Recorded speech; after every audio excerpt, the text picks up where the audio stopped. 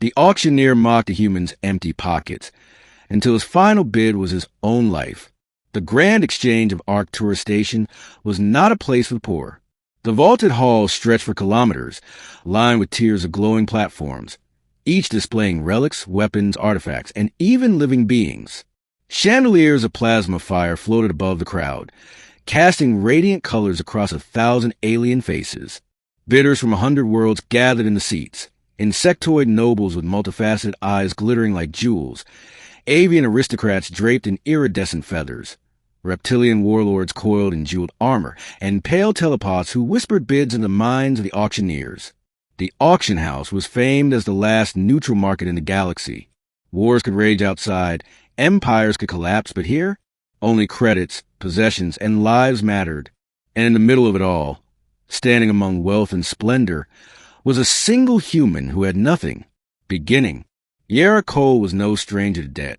He had spent years running from mercenaries, dodging starship repossessions, and watching his friends sold pieces of themselves, memories, organs, loyalty, to survive. But what had finally dragged him to Arcturus Station was not desperation for money. It was desperation for freedom. He had one chance left, to outbid the warlord Croswell for Lot 77. Lot 77 was not an object. It was a person, a woman named Celari, an exile of the Lithri race, known for their ability to sing molecular structures into new forms. In the wrong hands, she was a weapon that could reshape planets. In the right hands, she was, well, Yarrick didn't dare think that far. He only knew he had promised her freedom. But as the golden-robed auctioneer took the central stage, Yarrick realized how foolish his plan looked.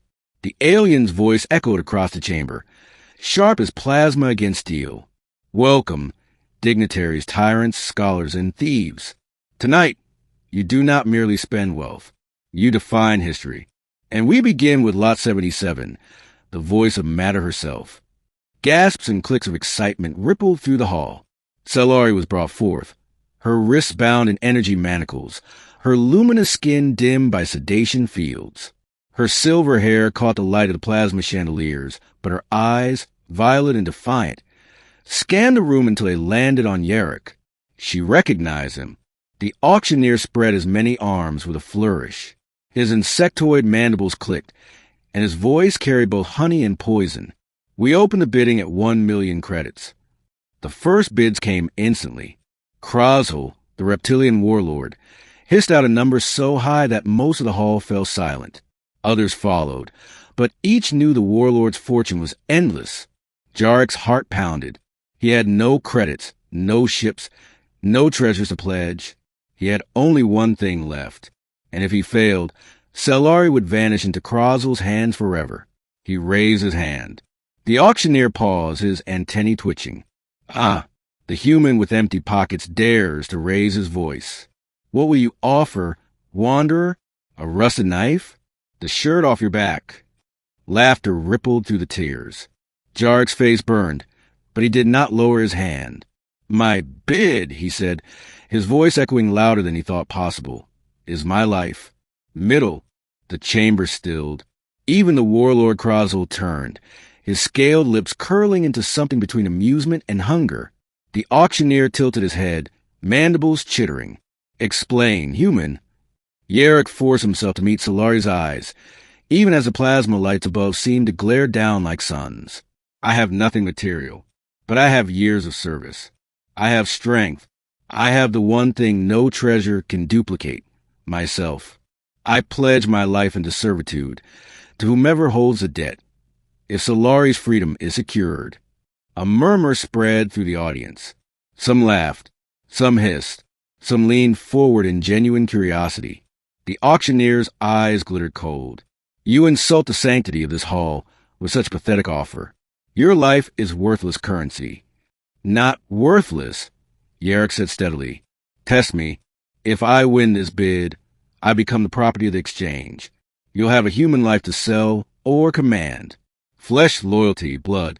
You claim this hall trades in anything. Prove it. The auctioneer froze. His mandibles clicked once, twice. The silence was unbearable. And then he laughed. A horrible, hissing laugh that spread through the hall. Very well, human. Very well. If you wish to gamble your own existence, then so be it. The exchange accepts the bid. The chamber erupted in chaos. Solari's violet eyes widened with fury, struggling against her bonds. No, don't you dare. But the auctioneer's voice cut her off. The human's life against the warlord's wealth. Who dares challenge this madness? Krosel rose, his scale body towering like a mountain, his tongue flicked between daggered teeth. I do. The bidding war began. Krosel offered entire fleets, star systems worth of tribute. Yerrick had only his life. But each time the reptilian outbid him, Yerrick lifted his hand again. My life and a decade of servitude. My life and a century of blood. My life, and until my bones turned to dust. The crowd was enthralled. To see a human, one of the weaker races of the galaxy, stand against an empire with nothing, but his existence was a drama no playwright could have invented. At last, the auctioneer's voice cut through the madness. Sold. To the human. Lot 77, the voice of matter, is his prize. His own life is forfeit to the grand exchange. Solari was released into Jarrick's arms, but her fury was volcanic. You fool! You think saving me by damning yourself is freedom? You've chained us both. Not both, Yerrick whispered. Just me. You're free now. The auctioneer's guard seized him, locking a searing collar around his neck.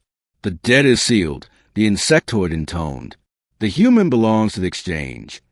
The auctioneer's mistake. For weeks, Yerrick was paraded like a curiosity. The auctioneer delighted in mocking him, calling him the pauper of Arcturus, reminding the galaxy that a human's life was worth no more than pity.